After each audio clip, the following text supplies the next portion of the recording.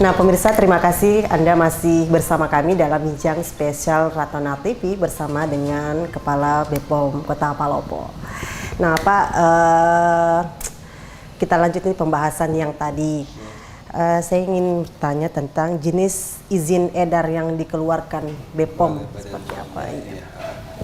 Jadi Badan POM itu kan kalau kita lihat namanya ya, kan Badan Pengawas Obat dan Makanan. Mungkin kalau orang pikirnya ini hanya obat dan makanan saja gitu. Padahal tadi sudah saya sampaikan kalau kita bicara obat dan makanan, tadi ada obat, ada bahan obat, ada kosmetika ya, suplemen kesehatan, obat tradisional, termasuk juga pangan olahan. Jadi yang Badan POM keluarkan izin edarnya itu ada obat, ada obat tradisional, ada suplemen kesehatan, ada kosmetika, dan juga ada pangan olahan.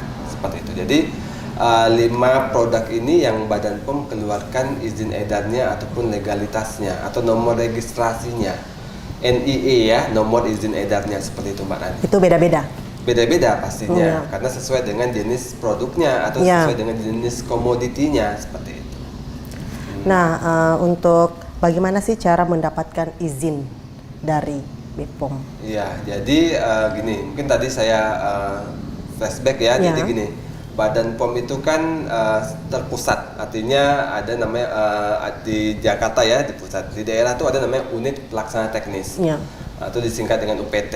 Nah, UPT itu ada di 34 provinsi di Indonesia, namanya Balai Besar atau Balai POM. Jadi Balai Besar Pengawas Obat dan Makanan dan Balai Pengawas Obat dan Makanan. Sekarang mungkin nanti kedepannya mungkin jadi 38 provinsi ya, karena Papua aja tambah 4 seperti itu.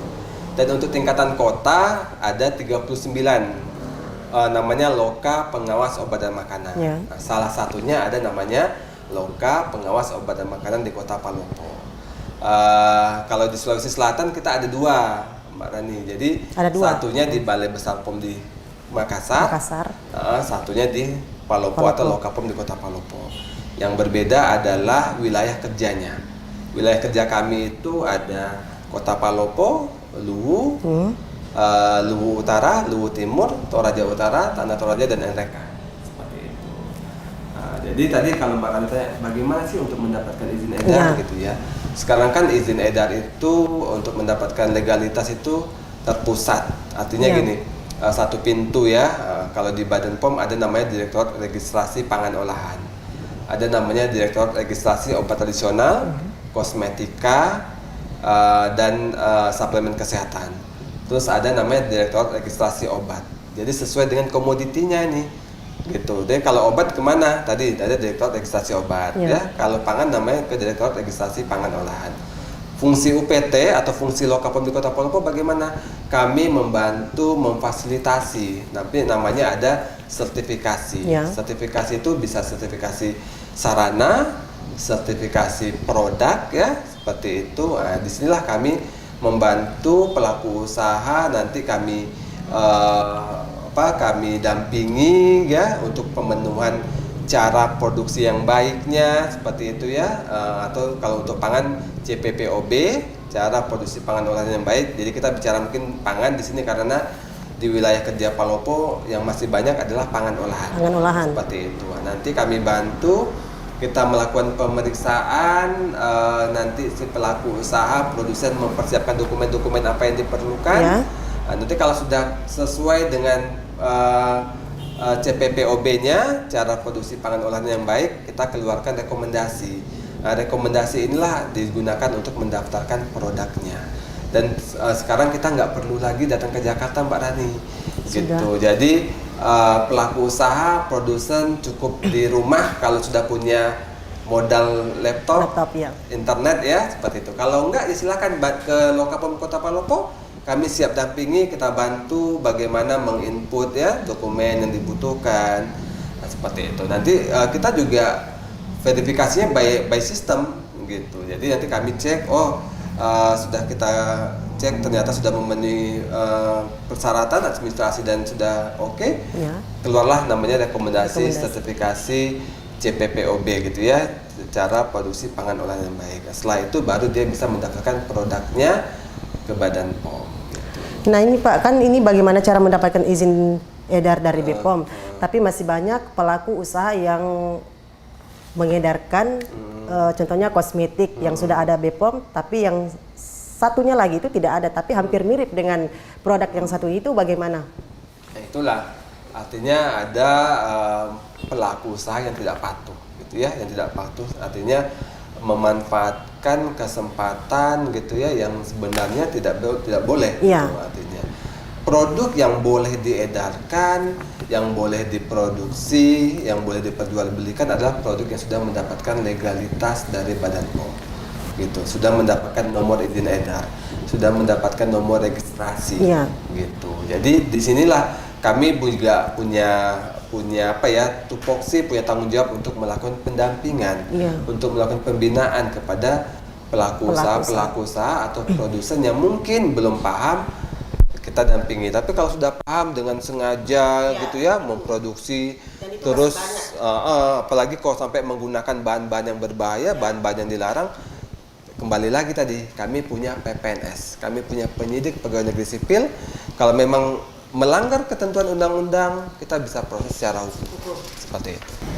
Nah Pak, tadi sudah dijelaskan cara mendapatkan izin edar dari BPOM sendiri. Nah ini Pak, bagaimana sih Mas cara mengetahui produk terdaftar di BPOM ataupun melaporkan bila menemukan produk yang dicurangi palsu? Jadi gini, sekarang kita tuh sangat dengan revolusi udah nggak 4.0 ya, sekarang udah 5.0 mungkin ya, seperti itu. Jadi sekarang memang apa-apa by aplikasi, sistem online lah gitu ya, dengan IT seperti itu. Jadi Badan POM juga melihat ini sebagai challenge ya gitu ya, tantangan, peluang seperti itu. Jadi memang Badan POM punya namanya aplikasi BPOM Mobile, cek BPOM seperti itu ya. Jadi di situ juga pelaku usaha, masyarakat, konsumen gitu ya bisa melakukan pengecekan terhadap produk obat dan makanan yang mau dibeli seperti itu ya, misalnya yang mau dikonsumsi pada saat berbelanja seperti itu. Cek BPOM itu kita bisa cek mulai dari cek nomor registrasinya, misalnya nih Mbak Rani nih ke Alfamart nih haus gitu ya, beli aqua gitu ya, saya ngomong minum lah gitu, minum kemasan, cek tinggal ini aja, cek dengan cek BPOM bisa masukin nomor registrasinya MD gitu ya, cek betul nggak, ternyata keluar benar, dilihat pada labelnya gitu. Dicek langsung di tempat. Iya, dengan handphone sekarang kan dengan teknologi sangat mudah sekali, atau bisa mengecek dari nama produsennya gitu ya, atau bisa mengecek dari nomor izin edarnya tadi ya, seperti itu, atau dengan BPOM Mobile gitu ya. Dengan BPOM Mobile itu juga dengan QR code, dengan scan barcode-nya itu sudah ketahuan, ternyata ini produknya terdaftar seperti itu. Kita tinggal memastikan benar nggak ini yang tertera pada labelnya itu NIE-nya sesuai atau enggak. Terus di situ juga di BPOM Mobile juga konsumen, masyarakat juga bisa melakukan pengaduan, bisa mendapatkan berita-berita yang up to date dan lain-lainnya gitu. Jadi sekarang itu kita sangat mudah lah gitu ya. Jadi mohon maaf, kita juga tidak ada istilahnya masyarakat kurang tahu, tidak paham gitu. Itu udah maksudnya harusnya kita hilangkan seperti itu ya, karena sekarang kan masyarakat mungkin canggih-canggih ya, punya handphonenya dan sebagainya, dan bisa mendapatkan informasi yang sangat mudah seperti itu. Nah, BPOM sering menggaungkan istilah ceklik. Iya, memang ceklik itu kan ini ya, kita kepinginnya konsumen tuh jadi konsumen yang cerdas gitu ya. Artinya kita mendidik konsumen, jangan mohon maaf nih, jangan nanti ini terdaftar atau enggak gitu misalnya gitu, atau ini aman atau enggak. Dengan cek klik ini kita mengajar konsumen menjadi konsumen yang cerdas. Pertama mulai apa dong, kado kita nih Mbak Ranika, apa, cek kemasan saat berbelanja nih ya. Dan pastikan itu sangat bermanfaat bagi masyarakat ya. Harusnya pastinya pastikan kemasannya masih bagus enggak. Kalau sudah rusak, sudah bocor, sudah peok, kalau yang kemasan kali ngapain kita beli. Nah, itu sudah ada indikasi bahwa pangan itu atau produk tersebut sudah tidak aman gitu ya. Pertama, jadi pertama itu mohon maaf kita kayak belanja beli HP, kita lihat casingnya bagus nggak gitu Ya, ya. betul. Kalau casing udah rusak ngapain kita beli gitu misalnya itu. Pertama kemasan, baru kita cek labelnya. Ya, jadi klik ya, K itu kemasan, L-nya label. Nah, label itu kita baca informasinya. Ya, informasinya apa aja, komposisinya, misalnya siapa sih yang memproduksi, ya seperti itu. Nomor izin edarnya dan sebagainya. Di situ kita baca labelnya. Misalnya Mbak Rani baca komposisi kok ada udang. Saya nih alergi udang. Nah, saya nggak akan beli gitu. Ya. Baru yang ketiga kita cek izin edarnya. Nah, itu paling izin penting edar ya, itu penting karena sebagai legalitas produk bisa diedarkan, bisa diperjualbelikan dan bisa dikonsumsi oleh masyarakat.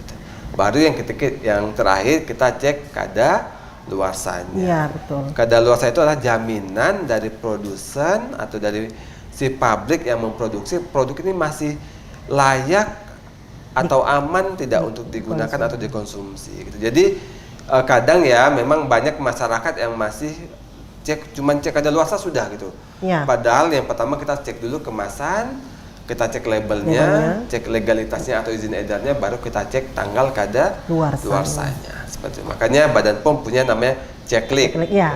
Seperti itu. Nah pemirsa jangan kemana-mana, setelah komersial break kali ini kita akan kembali setelah jeda berikut ini.